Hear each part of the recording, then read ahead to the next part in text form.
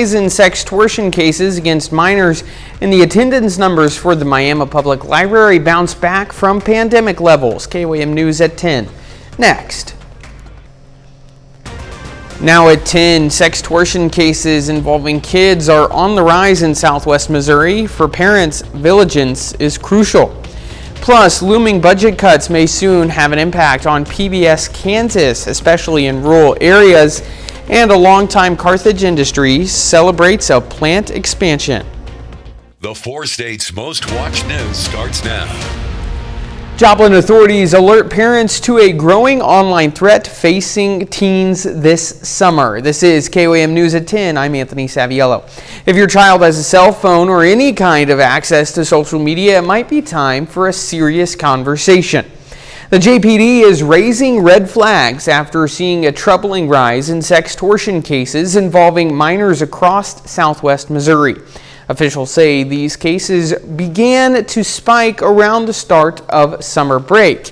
While law enforcement is staying tight-lipped on the specific steps they're taking, they are sending a clear message to parents and guardians. Keep a close watch on your kids on what they're seeing and who they're talking to.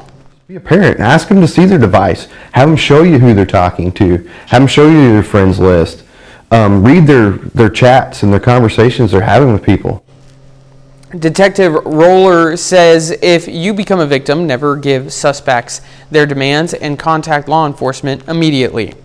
Well, let's go ahead and check in with Chief Meteorologist Doug Hetty for a first look at weather. Well, it definitely turned out to be a hot Friday for us today, our hottest day of the work week, and it gets even hotter as we go into the weekend. There have been some isolated little thunderstorms out there. Most of us are going to stay dry really over the next couple days, but look at the heat. 94 tomorrow, 94 on Sunday, heat index above 100 degrees. So due to that, we're under extreme heat warnings as we go through the next several days. Let me walk you through time. We're going to go into your Saturday morning. Again, random isolated shower. We start in the mid-70s, but look at this, 94, 95 degrees by the time we get into the afternoon hours, and that heat index is going to be up there. We hit 93 today, a little bit above our average high, and the big question is, how long will the heat stick around? We're going to look at that here in just a bit. All right, Doug, thanks. Well, we all know to check on the elderly and others who may be vulnerable to the dangerous heat, and like us, our furry friends are susceptible to heat-related illness. When the heat and humidity rise, animals can develop heat exhaustion and even heat stroke while playing outside in as little as half an hour to an hour. The color and the length of their coats also plays a factor. Darker, longer coats tend to absorb and retain more heat, causing internal temperatures to rise faster. Lighter, shorter coats reflect more heat, which keeps them cooler for longer. These types lead to animals being sunburned. Sunburns are not the only kind of burns you need to watch out for. There's grass in them, that's where they should be walked. And if you're walking your dog on cement or on asphalt, you have to watch the foot pads. You should check the feet pads when you're done walking, and you could always soak them in some cool water when you get home. One local expert says the best way to prevent burns and heat illness is to first limit their time outside, also keep them hydrated. Generally, you want to provide them with 20 to 40 milliliters per pound, depending on how hot it is and also how long they will be outside. And of course, try to keep them in the shade. The city of Neosho and the Missouri American Water Company have negotiated an agreement for the sale of water and wastewater systems within the city. According to the city, the purchase price will be $34.5 million. That includes both system facilities, easements, and infrastructure. The Neosho City Council and Missouri Public Service Commission still have yet to approve the agreement. If the agreement passes both the City Council and the Public Service Commission, the Commission will then determine water and wastewater rates. Neosho officials say the review period could take anywhere from 6 months to a year. The city says it expects employees impacted by the sale will have the opportunity to join Missouri American Water. The city also says funds from the sale can be used to relieve existing debt on the systems, which is just over $5 million. Missouri American Water currently operates in multiple Missouri areas and counties, including Joplin. $9 billion in federal funding cuts could soon have an impact on public broadcasting across the nation. As Sophia Gernader reports, the looming cuts have created uncertainty and confusion for PBS Kansas. PBS Kansas has provided public programming to the state for 55 years. This includes documentaries, live interviews, and more, but PBS Kansas says the most important thing they provide are educational programs for children. They cite a study that says kindergarten-age children who watch PBS are more advanced than their peers. PBS Kansas has a $4 million budget. 25% of that comes from federal funding. The station will now have to find that money for the rest of the fiscal year. They say that they have faith in their community and will continue to provide their usual programming as best they can. But they say they don't understand why this funding has been cut. We have done absolutely nothing wrong. We have not produced biased, one-sided programming because that is against our philosophy and our policy. We produce balanced local programs. We broadcast the national programs. The bill, which is headed to the president's desk, also includes deep cuts for foreign aid. The Carthage Chamber of Commerce celebrated a business expansion today with a ribbon-cutting ceremony. Ajinomoto Food celebrated the day and reaffirms its commitment to the Carthage area with the addition of a brand new state-of-the-art freezer. The addition represents the latest investment in an ongoing effort to modernize and enhance the facility. I'm also excited with the progress that the facility has made through the last few years. We have multiple manufacturing plants that share best practices, and this plant has really grown and improved their productivity through the years. The facility has operated in the Carthage community for more than 75 years. And the Miami Public Library is experiencing a boom in the number of people walking through their doors. They've even surpassed the amount of patrons before COVID.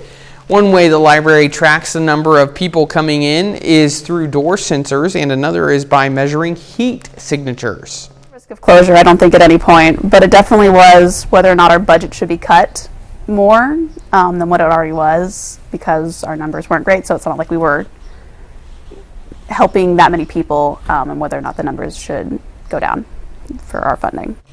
It's a reunion 152 years in the making. Coming up, we'll take you to the annual Old Soldiers and Sailors reunion in Erie, Kansas. But up first, more fallout surrounding Jeffrey Epstein. President Trump files a multi-billion-dollar lawsuit after a report alleged he has ties to Jeffrey Epstein. I'm Erica Brown with more on that and the prisoner swap that freed 10 Americans. President Trump has ordered Attorney General Pam Bondi to release pertinent grand jury records related to Jeffrey Epstein. As Erica Brown reports, the move comes as the president files a lawsuit against Rupert Murdoch for the Jeffrey Epstein story. President Trump participated in a signing ceremony at the White House Friday for the Genius Act. The landmark law is the first major legislation governing cryptocurrency and establishes a regulatory framework for the $250 billion stablecoin market. The Genius Act, they named it after me, and I want to thank you. This comes as the White House faces increasing pressure to disclose more information related to the Jeffrey Epstein case. President Trump ordered Attorney General Pam Bondi to release pertinent grand jury records, and by Friday, the Justice Department filed a motion in Manhattan federal court to unseal the documents. The motion comes a day after a Wall Street Journal report alleged the president wrote a birthday note to Epstein in 2003 that included a hand-drawn sketch appearing to show an outline of a nude woman. The Journal reports the letter ends saying, "Happy birthday, and may every day be another wonderful secret." President Trump called the letter fake, writing on social media, "These are not my words, not the way I talk," and filed suit against the paper and its owner, Rupert Murdoch. For weeks, the Trump administration has faced scrutiny, even from Trump's own supporters, who say the White House has not been transparent enough about the Epstein materials. The sad part is it's people that are really doing the Democrats' work.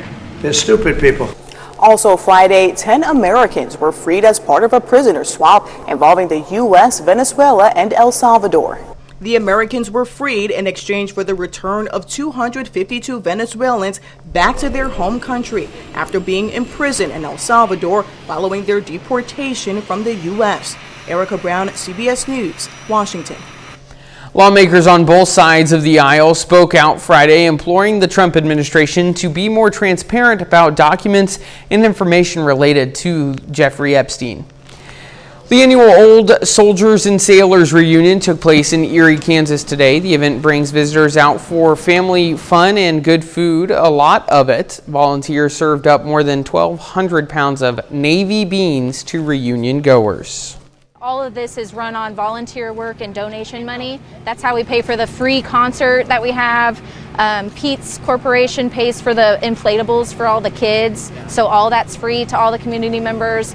It's a big deal to have something like this that doesn't cost you any money to go and enjoy. The beans are free. It's just something that is really hard to find, I feel like, nowadays. Everything's so expensive.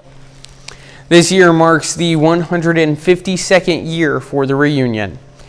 Well, Doug returns next with a complete look at your forecast, and a little later, concerns about West Nile virus continue to grow across the country.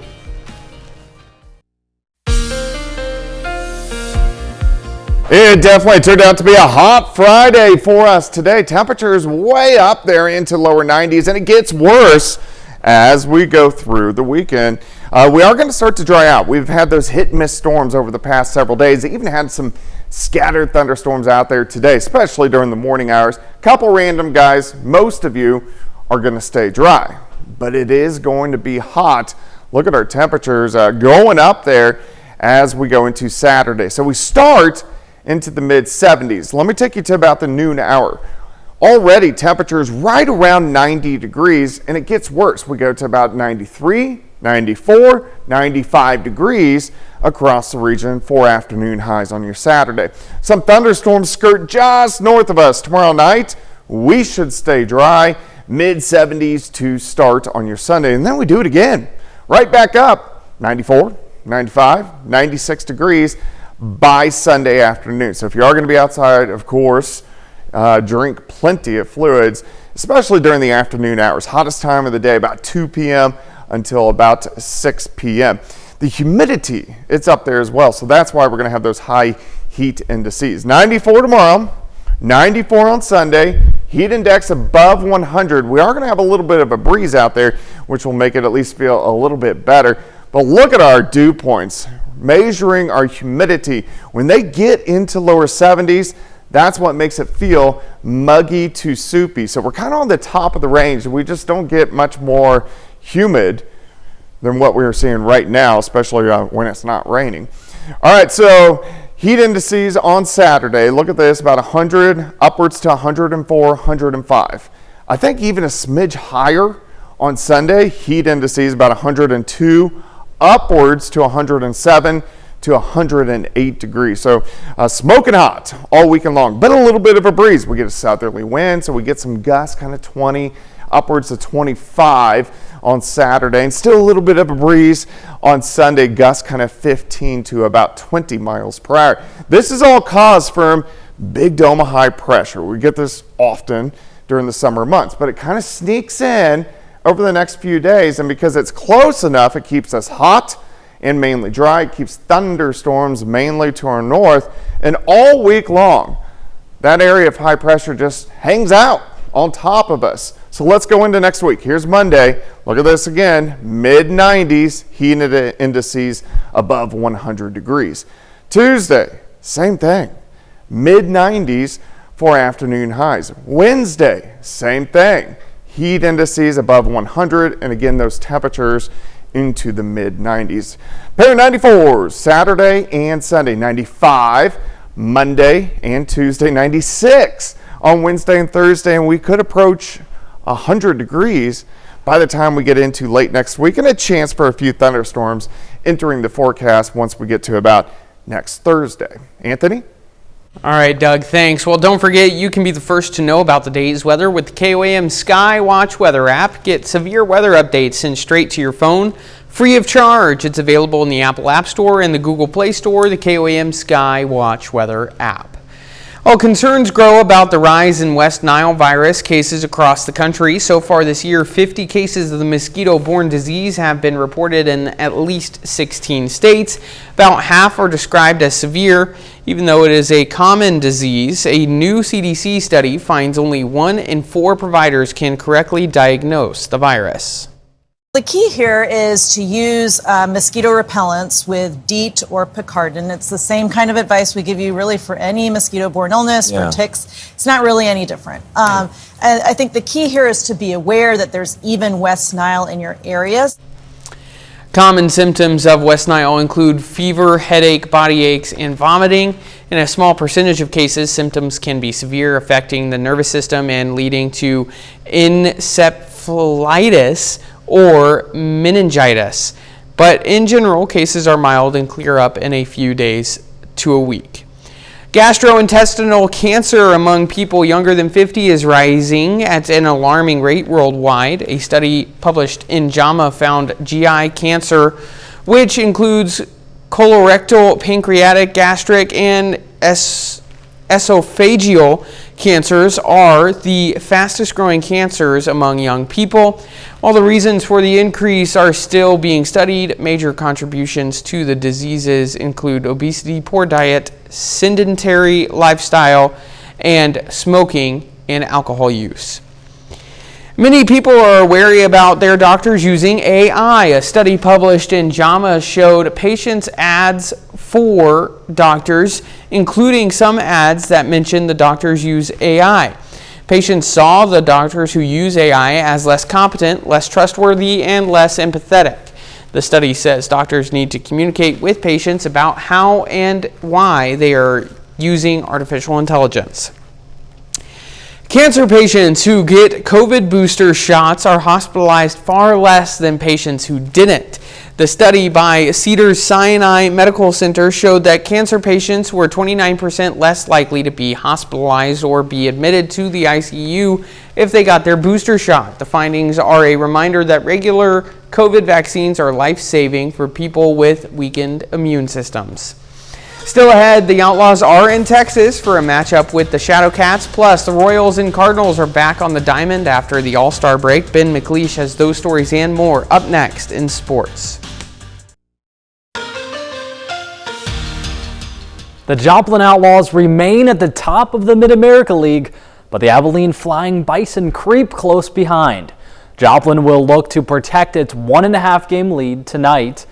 But the Outlaws can't get it done. They fall to the Shadowcats 12-6 as their recent scuffle continues. Sherman scores 5 runs in the 8th inning to blow it open. And tomorrow, Joplin will look to even up the series.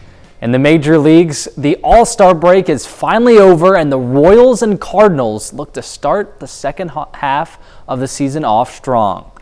But neither team makes a good impression. The Royals score a run in the 9th to tie it up and send the games to extras, but the Marlins hit a walk-off homer in the 10th to end the Royals' hopes.